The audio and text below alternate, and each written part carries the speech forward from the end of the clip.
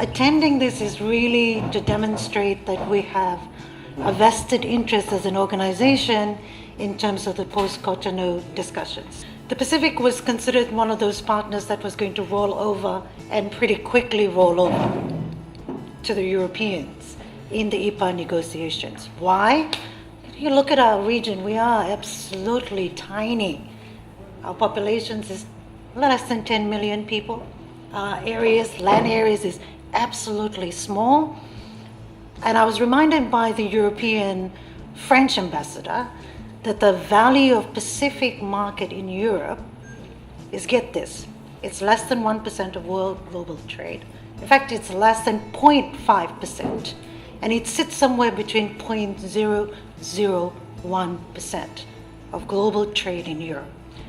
But that's quite significant when they really emphasize that your market value in terms of that share of European market is massive, but you only occupy a small space.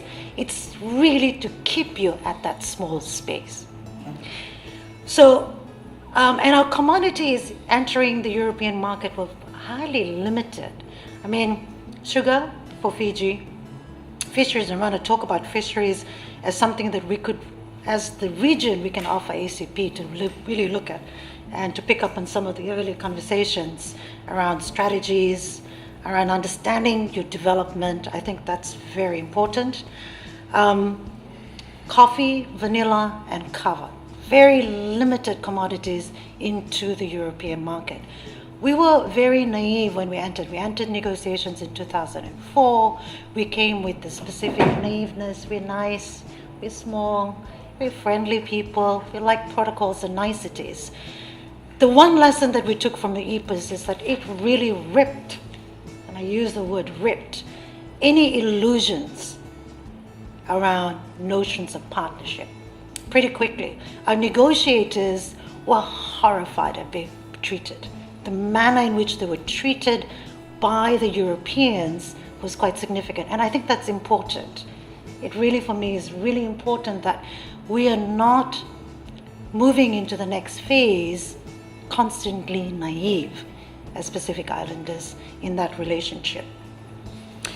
And it opened up opportunities for us in terms of process to engage with negotiators once that illusion was ripped off, the veil was ripped off. It made it a little bit easier to work with our negotiators who had the tendencies to keep us out. So we have the very similar experiences as the Caribbean and Africa in terms of being kept on the periphery, constantly being limited that way. Understanding the tricks of negotiations from other regions were also quite necessary in the Pacific. But there's some good things about the Pacific. Our smallness means that the negotiators are never too far from us. In fact, you could be personally related to the Prime Minister, the Minister, any lead negotiator. That smallness works to our advantage, that we intend and have always exploited because of that smallness. It just means that I could just so happen to sit on the same flight as the lead negotiator from the Solomon Islands, who just so happens to be the minister. This smallness meant that we could begin the processes of building trust between the lead negotiators, the leadership, political leadership, and civil society, which we did. And I think that's one of the key lessons, is that we used everything and the smallness to our advantage in terms of negotiation. We were able to bridge and build the kinds of trust that's necessary. Leaks became quite phenomenal. So, we would have jokes about the truck that kind of just dropped everything. So ability to access technical, legal text became high priority, because otherwise we'd be accused of just simply screaming from the outside, not understanding what was contained in the legal text.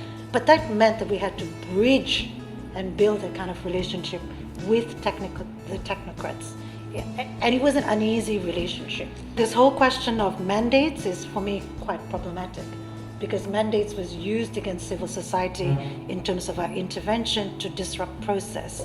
So governments would say, where do you get your mandate from? So we simply took mandates where we could and from where we stood, because it was necessary to be at the table. Today, only 2 countries have ratified interim EPAs, which is PNG and Fiji, and that's quite testament to the original notions that we would simply roll over and sign everything and open up all of our markets. But I wanted to talk about what collapsed negotiations into spectacular ways that we had not anticipated, to the point where the Europeans is now accusing the Pacific of being inflexible. And I want to use fish as the case study, and I think that's what the Pacific can offer African and Caribbean negotiators. And I think it goes back to the fundamental questions that was raised this morning, is knowing what you want, your development visions. We have a very strong development vision associated with fish. The Pacific is home to 70% of tuna. It comes from migratory species that goes through our EEZ, and we control it like a cartel. That was the vision of our development leaders from the 1970s. Way before UNCLOS came into play, our leaders were very clear that these migratory species that came through our EEZs was going to be in our control and our dominion.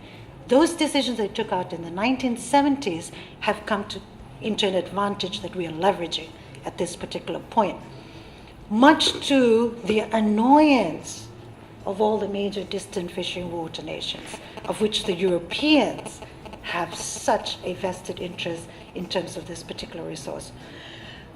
We have done very sophisticated ways of managing this resource. We've set the rules under which any distant fishing water, if you want access to that resource, you have to abide by the rules that we set in the Pacific. Now, this was quite contentious within civil society sector. And I remember in the initial days of EPA, a lot of our partners, particularly from the conservation sector, they were not supportive of the kinds of decisions that the Pacific took and which we as civil society in the Pacific supported, which is to control this particular resource. Our leaders were very clear that our rules would not be subsumed or subservient to the European rules around fisheries.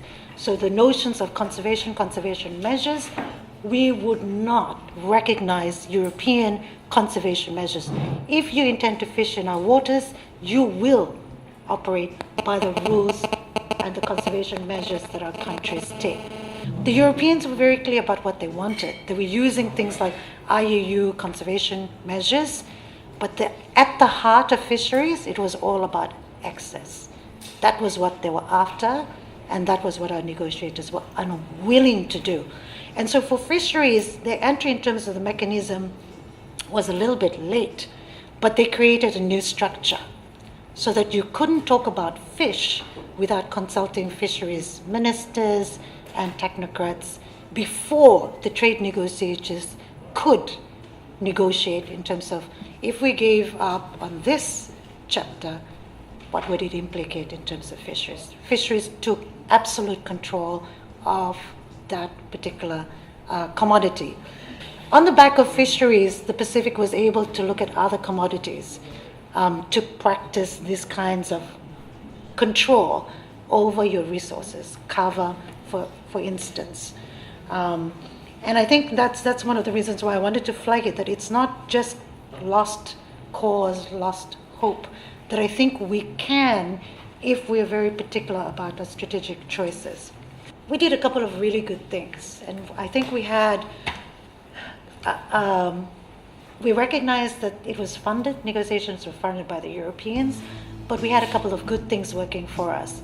And one was that we had good lead technical negotiators, which the Europeans worked really hard. So in 2007, we were probably one of the regions that negotiated with Europe without a lead technical advisor.